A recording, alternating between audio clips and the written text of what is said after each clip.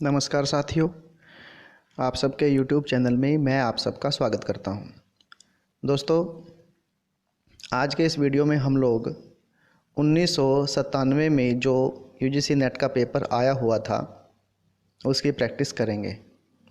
तो दोस्तों आइए शुरू करते हैं। सबसे पहले आपका प्रश्न है, ऋग्वेद का दूसरा नाम क्या है? बताइए इनमें से कौन सा होगा? श्रोत्रवेद होगा, गानवेद होगा, त्रयी होगा या दशतयी होगा? बताइए दोस्तों जल्दी से। देखिए, इसका उत्तर होगा दशतयी।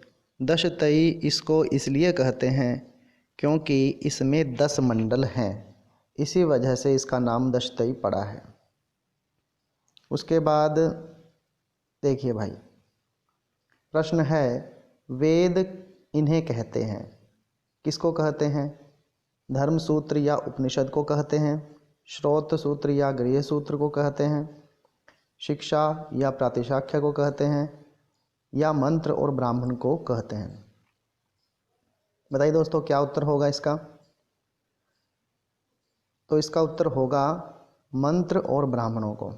देखिए, वेदों के मंत्र और जो ब्राह्मण ग्रंथ होते हैं वो वेद का ही भाग माने जाते हैं, इसलिए इसका उत्तर हो जाएगा डी। उसके बाद प्रश्न है आपका, पुराणी देवी किसका विशेषण है? सरस्वती का है, पृथ्वी का है, वाक का है या उषस का है? तो पुराणी, युवती, इस प्रकार के जो यहाँ पर बोले गए हैं, यानी पुरानी होने के बाद भी जो युवती है दोस्तों वो है उषस। उसके बाद आपका यहाँ पर है कि पृथ्वी की पूजा किस में है? ऐसा कौन सा है इनमें से ग्रंथ जिसमें पृथ्वी की पूजा का वर्णन है? आपको पता है आपके सिलेबस में पृथ्वी सूक्त लगा हुआ है, जो किससे संबंध रखता है? अथर्ववेद से। तो दोस्तों इसका उत्तर हो जाएगा अथर्ववेद। उसके बाद यहाँ पे 5वां प्रश्न है कि जल से उत्पत्ति का सिद्धांत किस में है? अब आपसे यह पूछा है तो सबसे पहले शिव संकल्प सूक्त है, इसमें तो तन्मे मनः शिव संकल्पमस्तु इसके बारे में है। पुरुष सूक्त में जो यज्ञ है उसकी भूमि से उत्पत्ति का सिद्धांत है। विश्वकर्मा सूक्त जो है इसके अंदर जो बिल्डिंग्स होती हैं उनका वर्णन मिलेगा, कैसे बनती हैं। तो नासदीय सूक्त ऐसा है जिसमें जल से उत्पत्ति का वर्णन है। न सद आसीद न असद आसीत, उस समय यह सब था, केवल जल था। तो इसका उत्तर यह हो जाएगा। अगला प्रश्न आपसे पूछा है कि हुमा हेमवती कथा यह किस उपनिषद में है? दोस्तों, हुमा और हेमवती का आख्यान बताइए किस में होगा? तो इसका उत्तर होगा केन उपनिषद में। उसके बाद ये सीधा सा प्रश्न है आपके लिए, ये तो आपको याद ही करना पड़ेगा कि वैदिक व्याकरण के पाश्चात्य लेकिन आधुनिक लेखक कौन हैं? तो इनमें जो पाश्चात्य हैं, मतलब देखिए चारों के चार ये पाश्चात्य हैं, यानी जो पश्चिम दिशा के देश हैं वहाँ के हैं, लेकिन आधुनिक लेखक इनमें हैं लुई रेनू। आगे है भाई, पेप्लाद शाखा का संबंध किससे है? यह तो आपको पता ही होगा, तो ये ज़्यादा मुश्किल प्रश्न भी नहीं है। शौनक और पेप्लाद शाखा ये अथर्ववेद की होती हैं। उसके बाद भाई आपसे पूछा है कि पंच महायज्ञों का वर्णन किस में है? क्या बृहदारण्यक उपनिषद में है, ऋग्वेद में है, पेप्लाद शाखा में है या तैत्तिरीय आरण्यक में है? तो दोस्तों इसका वर्णन प्राप्त है तैत्तिरीय आरण्यक में। उसके बाद 10वां प्रश्न आपसे पूछ रहे हैं कि शब्द अनेक धातुओं से बनते हैं, यह किसका मत है? सर्वाणि नामानि आख्यात जानि इति शाकटायन, ये शाकटायन का मत है।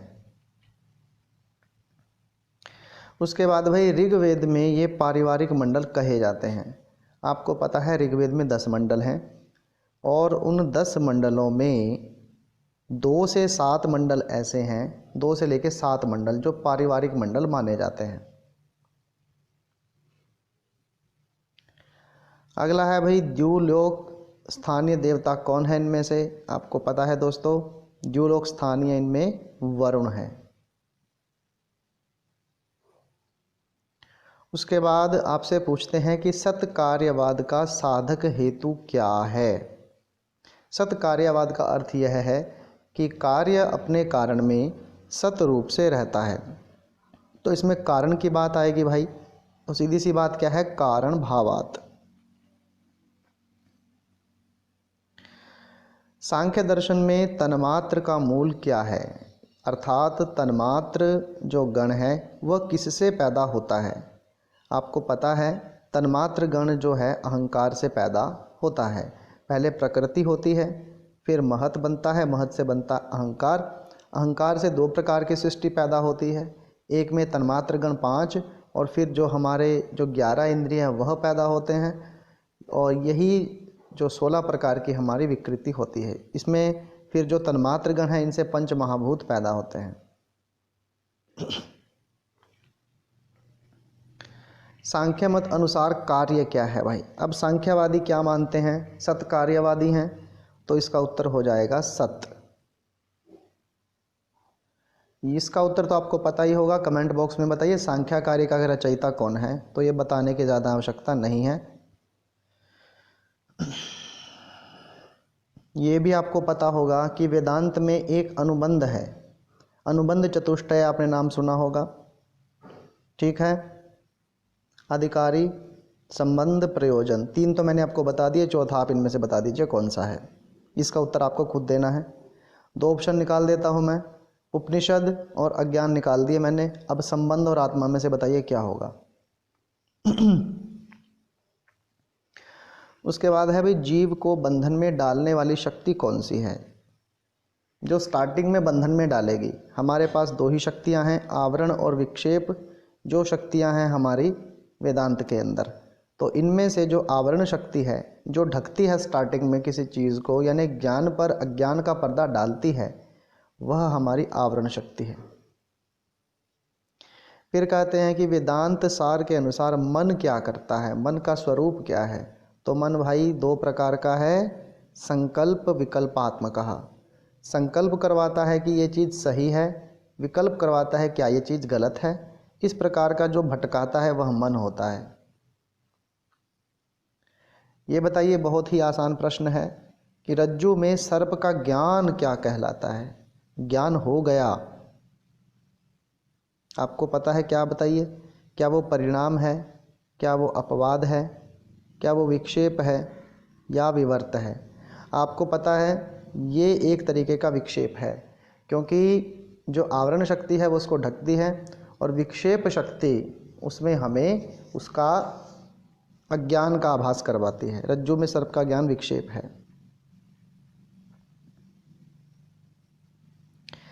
न्याय वैशेषिक मत अनुसार सुवर्ण क्या है? तो भाई इसमें जो हमारी तर्क संग्रह थी उसमें इसको बोला गया है तेजस। उसके बाद कहते हैं भाई न्याय मत के अनुसार समवायी कारण क्या होता है? अब दोस्तों देखिए, समवायी कारण का मतलब है कि ऐसा कारण जो हर पदार्थ यानी कार्य के अंदर विशेष रूप से रहता है। अब घड़े में मिट्टी विशेष रूप से रहेगी, कपड़े में धागा विशेष रूप से रहेगा, तो इसमें जो समवायी कारण होता है वह होती है जड़, यानी कि विशेष इसमें आप कह दीजिए। उसके बाद उपमान प्रमाण का क्या फल है? बहुत ही आसान प्रश्न है। उपमान में आपने पढ़ा होगा कि संज्ञा संजी संबंध ज्ञान होता है। संज्ञा का संगी के साथ संबंध का ज्ञान जो कहलाता है वह होता है उपमान प्रमाण का फल।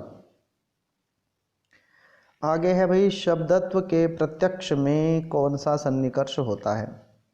आपको पता है जब आपने तर्क भाषा पढ़ी होगी तो उसके अंदर बताया गया होगा कि प्रत्यक्ष जो होता है सन्निकर्ष 6 प्रकार का होता है। उसमें 3 पहले जो होते हैं वो चाक्षुष होते हैं, बाद के 3 होते हैं हमारे श्रोत्र प्रत्यक्ष, कान से जुड़े हुए प्रत्यक्ष। तो कान से जुड़ा हुआ जो प्रत्यक्ष है वो हमारा शब्दत्व की बात है, तो शब्द कान से ही सुना जाएगा। तो इसमें शब्द की जो जाति है तो इसमें समवेत समवाय सन्निकर्ष है। उसके बाद भाई आपसे पूछ रहे हैं कि घी संज्ञा किसकी नहीं होती। अब आपको पता है इसमें एक सूत्र था शेषोघ्य सखी, तो सखी शब्द की कभी भी घी संज्ञा नहीं होती है। उसके बाद आपसे पूछा है भाई इनमें प्रातिपदिक कौन सा है। प्रातिपदिक की परिभाषा आपको पता है, अर्थवद अधातुर अप्रत्य प्रातिपदिकम, जो अर्थवान हो, अधातुर धातु का ना हो, अप्रत्य प्रत्यय से युक्त ना हो, प्रातिपदिकम उसकी प्रातिपदिक संज्ञा करते हैं। तो यहाँ पर गच्छति में प्रत्यय लगा है, वनम में लगा है, जस खुद एक प्रत्यय है, तो अहन शब्द ऐसा है जिसकी प्रातिपदिक संज्ञा होगी। उसके बाद 27वां प्रश्न है, हेतु इस सूत्र का उदाहरण क्या है। हेतु होता है कारण, तो कारण की वजह से यहाँ पर इसमें सूत्र में जो एग्जाम्पल है वह है अध्ययनेन वसति। व्याकरण के अनुसार आपसे पूछा है भाई इसमें से चारों में से कौन सा सही है, बताइए क्या होगा इसका उत्तर।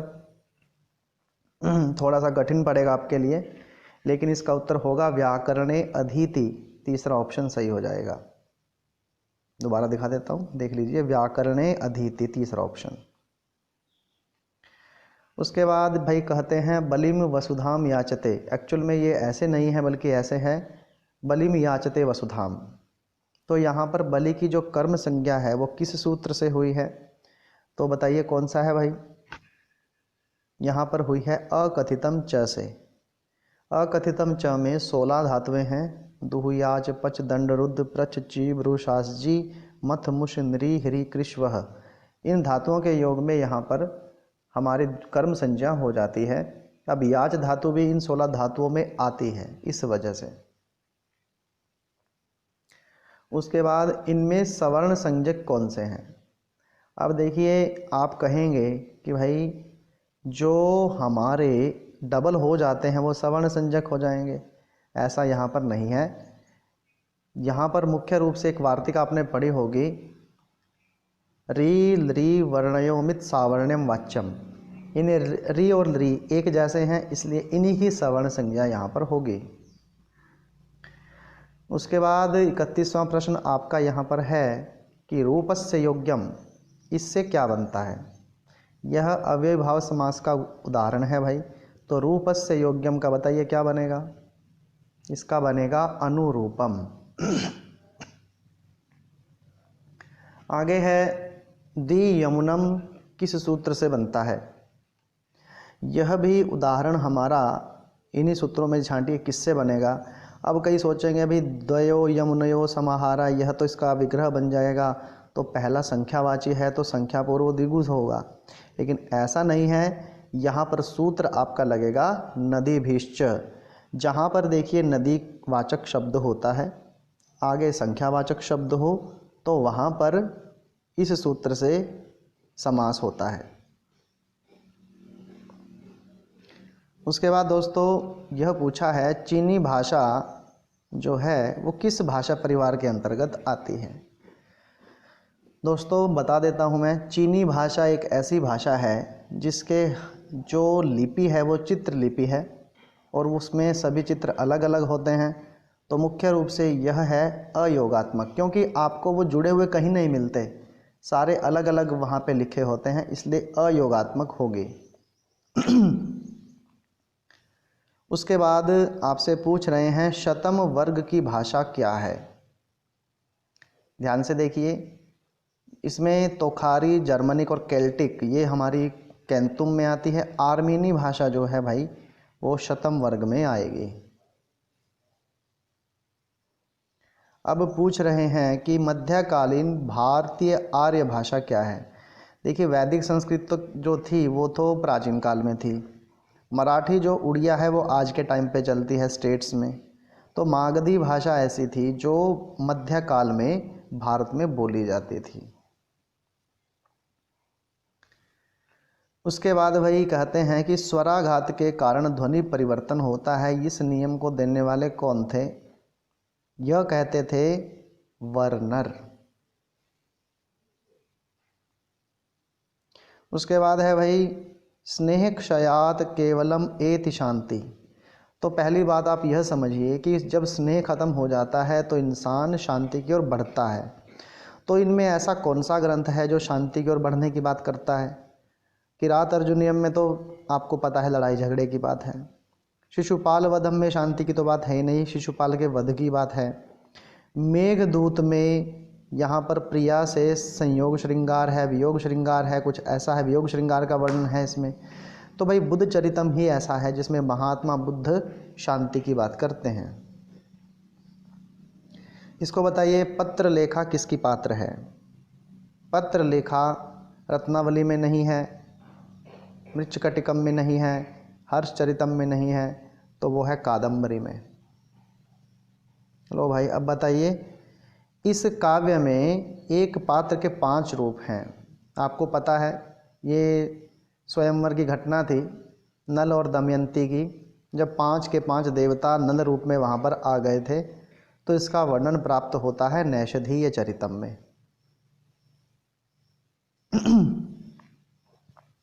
अभिसारिकाओं यानी वैश्याओं का वर्णन किस में है? यह आपको मिलेगा मृच्छकटिकम में। किस रूपक में रथ परिवर्तन से कथानक आगे चलता है? यानी यह बताना है आपको कि रथ बदला गया, रथ से एक कथा शुरू होती है। तो आपको पता है कि जब जो वो थी वसंत सेना थी, वो गलती से शकार की गाड़ी में बैठ जाती है, तो वहाँ पे उसका रथ परिवर्तन हो गया। तो फिर उसी के बाद जब वो उपवन में जाती है, शकार उसको मनाने का प्रयास करता है, तो उसका गला घोंट के वो उसको मार देता है। उसको लगता है कि उसने मार दिया है, पर वो मरती नहीं है। तो इस प्रकार से जो घटना का कथानक है वहाँ पर परिवर्तन होता है, जबकि वसंत सेना अपने रथ को परिवर्तित कर देती है गलती से।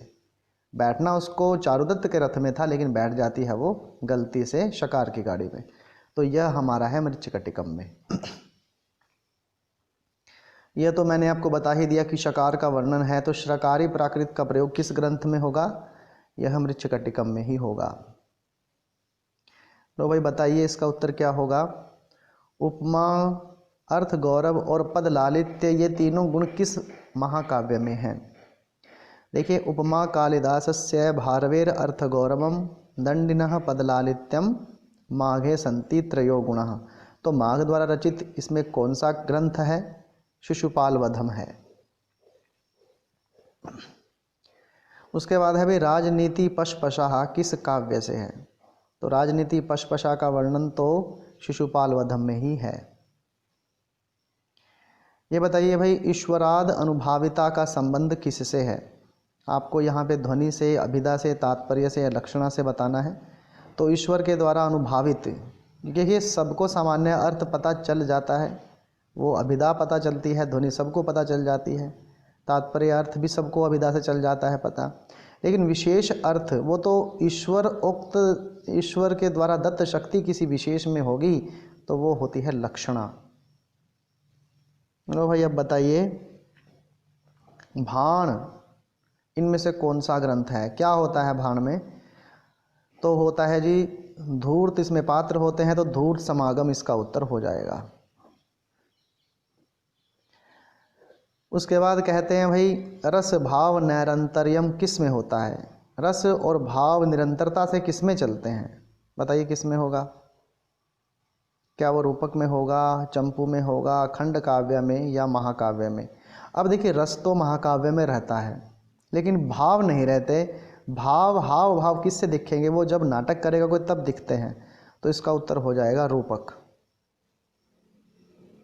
अब यहाँ पर देखिए, यह एक खंड काव्य है। तो खंड काव्य कौन सा है?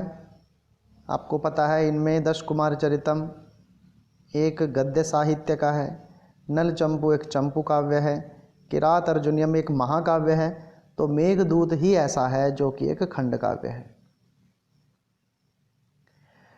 सामान्य गुणों से युक्त कौन सा नायक है इनमें?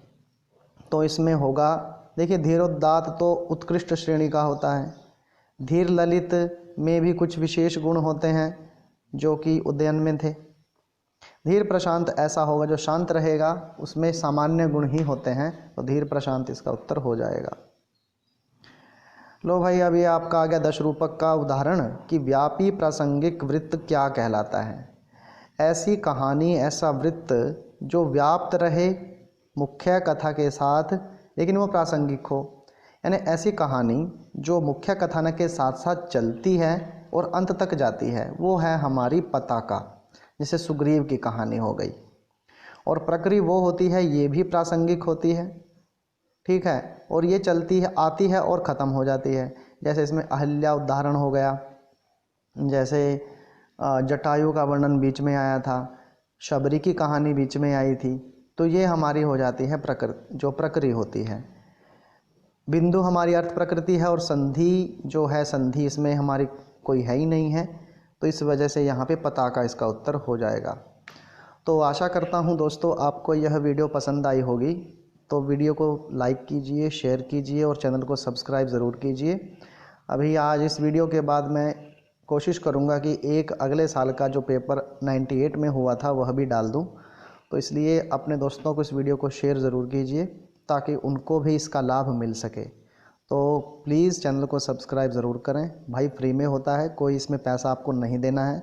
ये उसको सब्सक्राइब करके बेल आइकन है उसको भी दबा दीजिए ताकि आने वाली वीडियो की नोटिफिकेशन आपको मिलती रहे। वीडियो देखने के लिए आपका बहुत बहुत धन्यवाद।